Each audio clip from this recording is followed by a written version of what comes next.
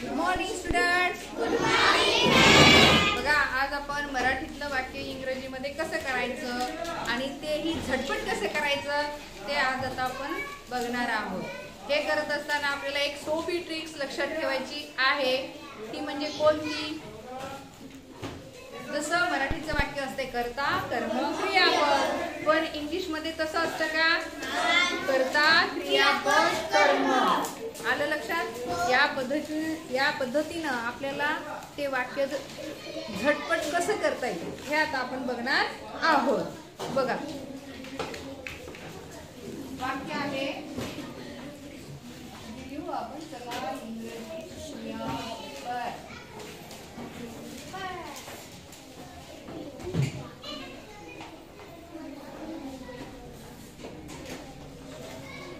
झटपट होती नाही, खूप वेळ लागतो का आपल्याला?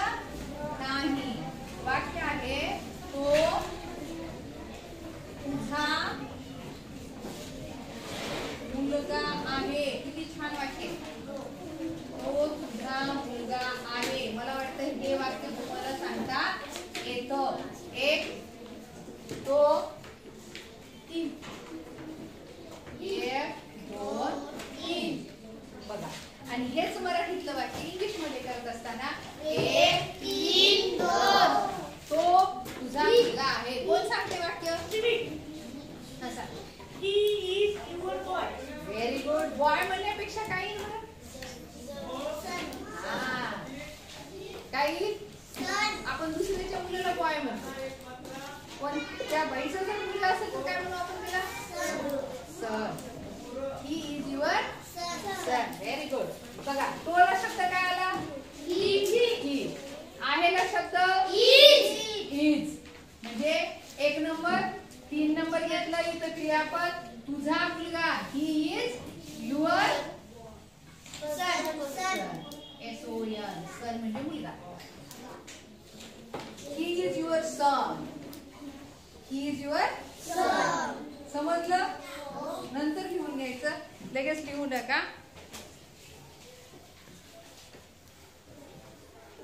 बघा, त्याच्या नाकातून रक्त आलं. काय वाक्य आहे कृष्णा?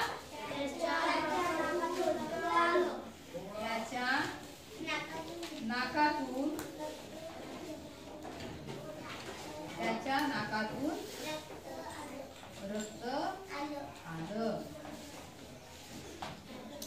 रक्त येणे. रक्त येणे ह्याला एक वेगळा शब्द. एक, दोन, तीन. त्याच्या नाकातून रक्त आलं. सोपं वाक्य. कृष्णा लक्ष दे. रक्त येणे ह्याला काय शब्द हे आपल्याला माहित असलं तरच आपल्याला ते वाक्य तयार करता येतं, नाहीतर येत नाही. बघा, त्याच्या काय? त्याच्या काय? त्याच्या HIS हिज. त्याच्या हर हिच्या. झाले की नाही आपल्याला कॉमन वर्ड? हिज हर झाले का नाही? मग का सांगता येत नाही तुम्हाला नेहमी नेहमी? हिज. त्याच्या म्हणजे हिज. आता रक्त आलं. रक्त येणे. रक्त येणेला काय शब्द आहे? रक्त येणे. ब्लेड.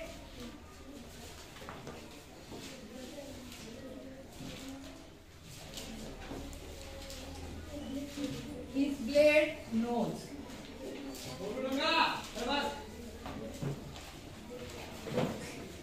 बघा, his blade nose म्हणजे त्याच्या नाकातून रक्त आलं. ब्लेड म्हणजे रक्त येणे. BLOOD ब्लड म्हणजे रक्त, आणि BLED ब्लेड म्हणजे रक्त येणे. आलं लक्षात? ठीक आहे. पुढचं वाक्य बघा. तो माझ्याशी खोटं बोलला. पुढचं वाक्य बघा. तो माझ्याशी खोटं बोलला. तो माझ्याशी खोटं बोलला. कोणत्या काळातलं वाक्य आहे? भूतकाळात. तो माझ्याशी खोटं बोलला. सांगा काय होईल?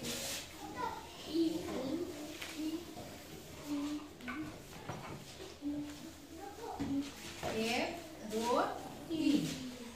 हा सांगा. ही खोटं बोलणे. लाय. एलाई लाय म्हणजे खोटं बोलणे. अमर लायचं दुसरं रूप भूतकाळातलं काय होतंय उगरम सांग. बघा खूप वेळा झाला. लाय एलाई ईचा लोप होऊन काय होतं? लायचं दुसरं रूप लाईट. Very good. LIED तिचं लक्ष आहे म्हणून तिला सांगता आला अमर. लाईटचं दुसरं रूप लाईट. लाईट म्हणजे खोटं बोललं. कोणाशी? माझ्याशी. He lied to me. He lied to me. म्हणा सर्वांनी. He lied to me. He lied to me. तो माझ्याशी खोटं बोलला. आलं लक्षात सर्वांच्या? समजलं हे सर्वांना? बर हे लिहून घ्या आणि याच्या नंतरचे जे वाक्य आहेत ते आपण पुढच्या ह्याच्यामध्ये घेऊ. ओके.